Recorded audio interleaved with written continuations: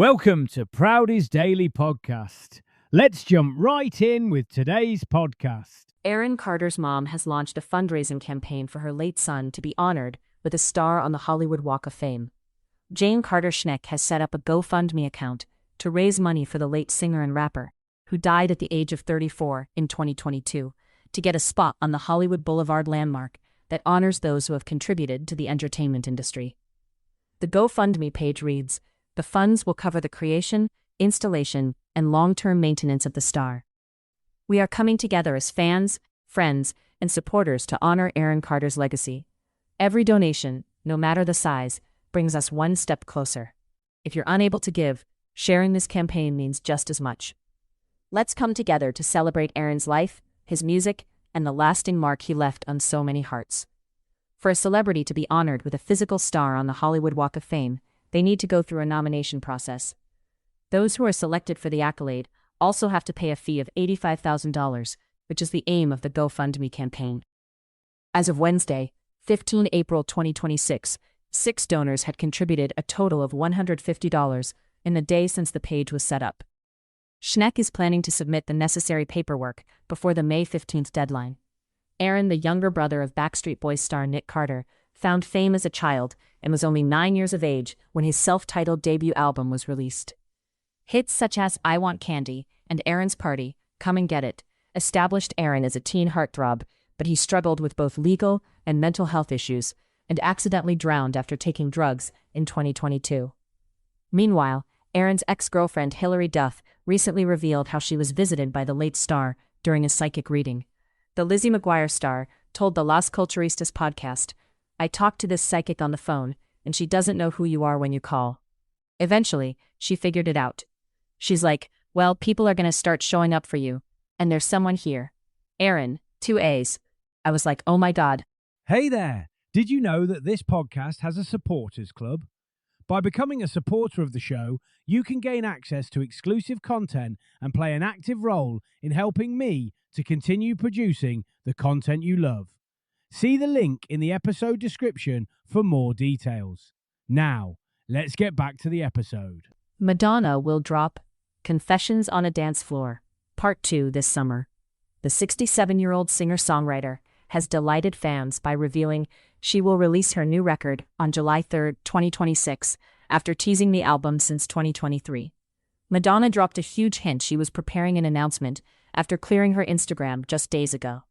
She has since returned to the social media platform with one post to her 20.3 million followers, which simply reads, "Confessions on a Dance Floor, Part 2, July 3, 2026. Madonna used the same words for her Instagram bio, after previously changing her bio to "Time Goes By So Slowly," lyrics from her tune Hung Up. The star also gave fans a hint about her new album's sound by teasing a 60-second video for the opening track, I Feel So Free. Madonna's new song features a nod to her 1985 tune Into the Groove, with the line, "Out here on the dance floor, I feel so free." On her Instagram story, Madonna shared her new, throbbing synthesized instrumental, over which she sings, "Thanks for coming. Sometimes I like to just hide in the shadows, create a new persona, a different identity. I can be whoever I want to be, create a new persona. Honestly, I wish I could be like other people and just not care, but out here on the dance floor, I feel so free." More than 570,000 people have liked Madonna's album release date grid post, including fellow music stars Doechii, Jade Thirlwall, and Rami. Confessions on a Dance Floor Part 2 will be Madonna's 15th studio album, and her first since 2019's Madam X. News of Madonna's upcoming release comes after she re-signed to Warner Records last September. The Frozen hitmaker spent the first 25 years of her career with the record label, and after almost 2 decades since her departure, she was happy to have reunited with the company. She said in a statement, "From being a struggling artist in New York City to signing a record deal to release just 3 singles, it seemed at the time my world would never be the same again, and in fact, that couldn't have been truer. Since the beginning, Warner Records has been a real partner with me. I am happy to be reunited and look forward to the future, making music, doing the unexpected, while perhaps provoking a few needed conversations." The superstar singer shared a series of photos on Instagram, including some of her with a typewriter, and wrote, "Almost 2 decades later, and it feels like home with Warner Records. Back to music, Back to the dance floor, back to where it all began. COADF, P2, 2026.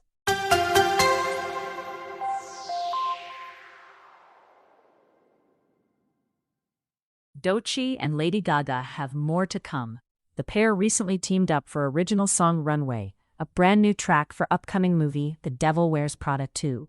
And Doechii has confirmed she and Gaga have more tunes on the way. Speaking to E! News, she said, "I don't want to say too much, because we have more to come, me and Gaga." The What It Is hitmaker gushed over Gaga as an angel to work with, and she praised the star as a master at her craft. She added, "It was amazing working with her. She is an angel. She is truly a master at her craft, and I hope everybody is enjoying Runway. She is so fabulous." Earlier this month, it was revealed Doechii and Gaga had joined forces for Runway. The first trailer for the upcoming film features a preview of the track, which plays over the clip with an upbeat dance rhythm. The teaser gives fans their first listen to the collaboration ahead of the film's release. Gaga has made no secret of her love for Doechii's musical talents in the past, praising her tunes as immediately legendary. Speaking to British Vogue, she said, "You don't often see someone come out of the gate with a pen that feels immediately legendary. That's Doechii to me. I fell in love with her music and her raw, deeply personal perspective." Gaga also admitted the power of Doechii's psalms struck her to the core. She added, "The power in her words, her vulnerability, the way she rhymes with this wild mix of audacity and emotional precision, it struck me to the core." After hearing Gaga's comments, Doechii told People magazine she audibly gasped, literally. She added, "I'm the biggest Lady Gaga fan, and she is so dedicated to her creativity and pushing the limits. So for a legend like that to say that about me, it really, really validated me in a humbling way. I think when you meet Lady Gaga, she naturally has an essence about her. You just kind of listen, and you don't even have to ask her for anything. I think she just pours herself naturally onto people."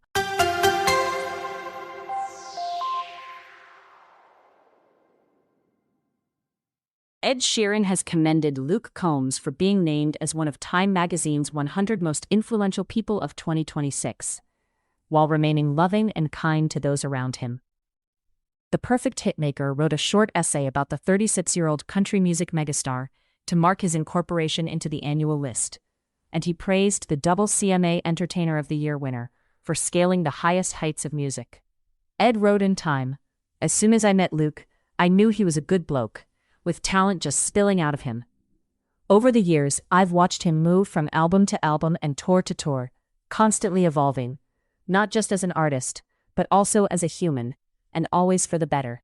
He's scaled the highest heights of music, while remaining loving and kind to those around him. People might call that normal, but there's nothing normal about what Luke has achieved." Ed also praised Luke's commitment to his family amid his successful career, and he is looking forward to seeing what the star does next. The 35-year-old singer-songwriter added, "He's an incredible writer, singer, and performer. I love his commitment to his family and how that reflects in his music. My favorite album of his is Fathers Plus Sons.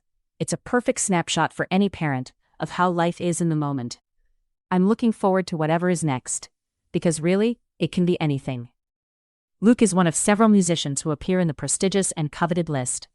Singer-songwriter Noah Kahan also features, and Grammy-winning musician Marcus Mumford has told why so many people have connected with the stick-season hitmaker over the years.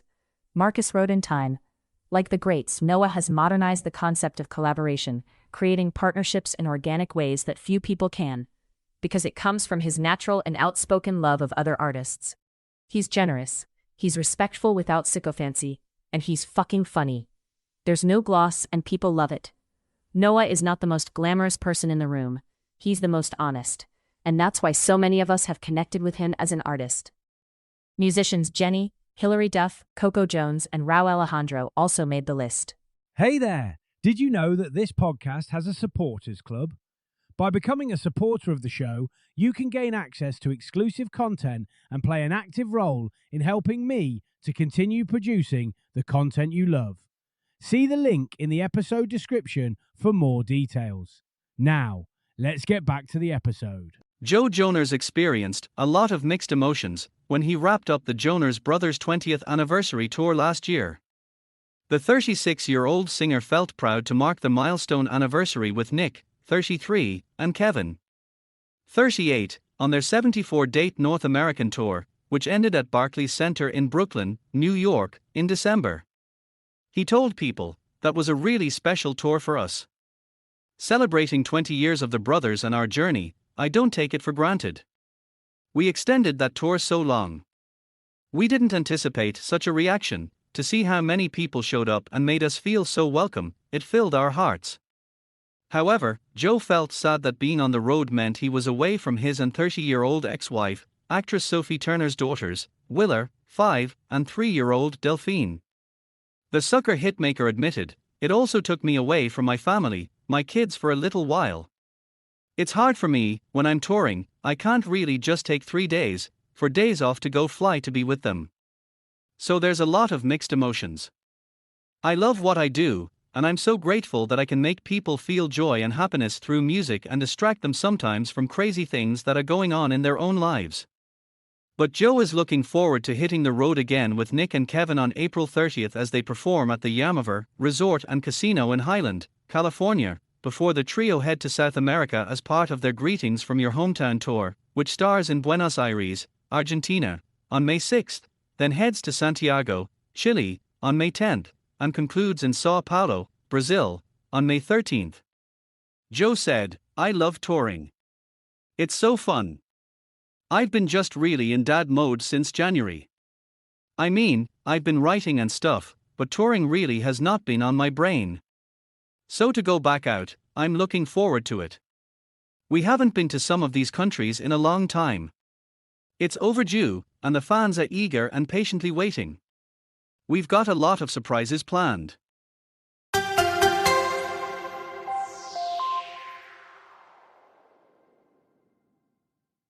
Lainey Wilson has frozen her eggs. The 33-year-old country singer has dreams of starting a family with her fiancé, ex-NFL player Devlin "Duck" Hodges. So much so, she made the egg retrieval process a big priority in her busy schedule. She told People, "I think the world and just people in general try to give you a timeline when things should be happening, and I'm just so thankful that I was given the opportunity to do the egg retrieval and that it was successful. I've focused on my career for so long, and I definitely have something to show for it with my music, but I have other dreams too." Egg retrieval was a decision I already made. I found a window in my schedule, and as soon as I got back from touring in Europe, I started my process. I just made this a big priority. I had to say all right, it's got to be on the schedule. The Heart Like a Truck hitmaker revealed in February 2025 that she and former Pittsburgh Steelers quarterback Duck were engaged after he popped the question, but the star has now told how she nearly proposed to him. She explained, "I knew that I was going to end up with Duck, but I thought I was going to have to propose, so I was like, dang it if he don't hurry up." Lainey previously praised Duck as her best friend and admitted her romance is a lot different than a normal relationship because of her touring schedule. She said, "He is one of the purest hearts and people that I have ever met. He is my biggest cheerleader. We don't really play by the rules. We don't get to see each other all the time. And I do live a lot of my life on the road, so we're also kind of figuring it out as we go, which is fun." What's more, the star told how important it is to dedicate days to her significant other. She added, "You have to definitely carve out the time. It has to be something that you're very aware of, and you're like, okay, I've got a day off here in 10 days. I've got to dedicate that day to spend time with my person. And we both need that and deserve that, and it's always great. We just try to soak up those moments as best as we possibly can." Latest weather forecast for the UK. Today, this morning, variable cloud across the UK with showers in northern Scotland and isolated showers elsewhere. In the afternoon, turning cloudy with some light rain in the south and Northern Ireland. Tonight, remaining cloudy for most with longer spells of rain moving into northern and western areas. Mostly dry in the southeast, with a few clear breaks at times. Windy in the northwest. Meghan, Duchess of Sussex, claims she was the most trolled person in the entire world on social media. The 44-year-old royal told students at an event in Melbourne on Thursday, the 16th of April, 26, that she was bullied and attacked online every day for the past 10 years and suggested platforms are not incentivized to take action against cruel trolls. Speaking on the third day of her visit to Australia with husband Prince Harry, Meghan said, "For now, 10 years, every day for 10 years, I have been bullied and attacked. And I was the most trolled person in the entire world." The former Suits actress, who was known as Meghan Markle before marrying Harry in 2018, added, "Now, I'm still here.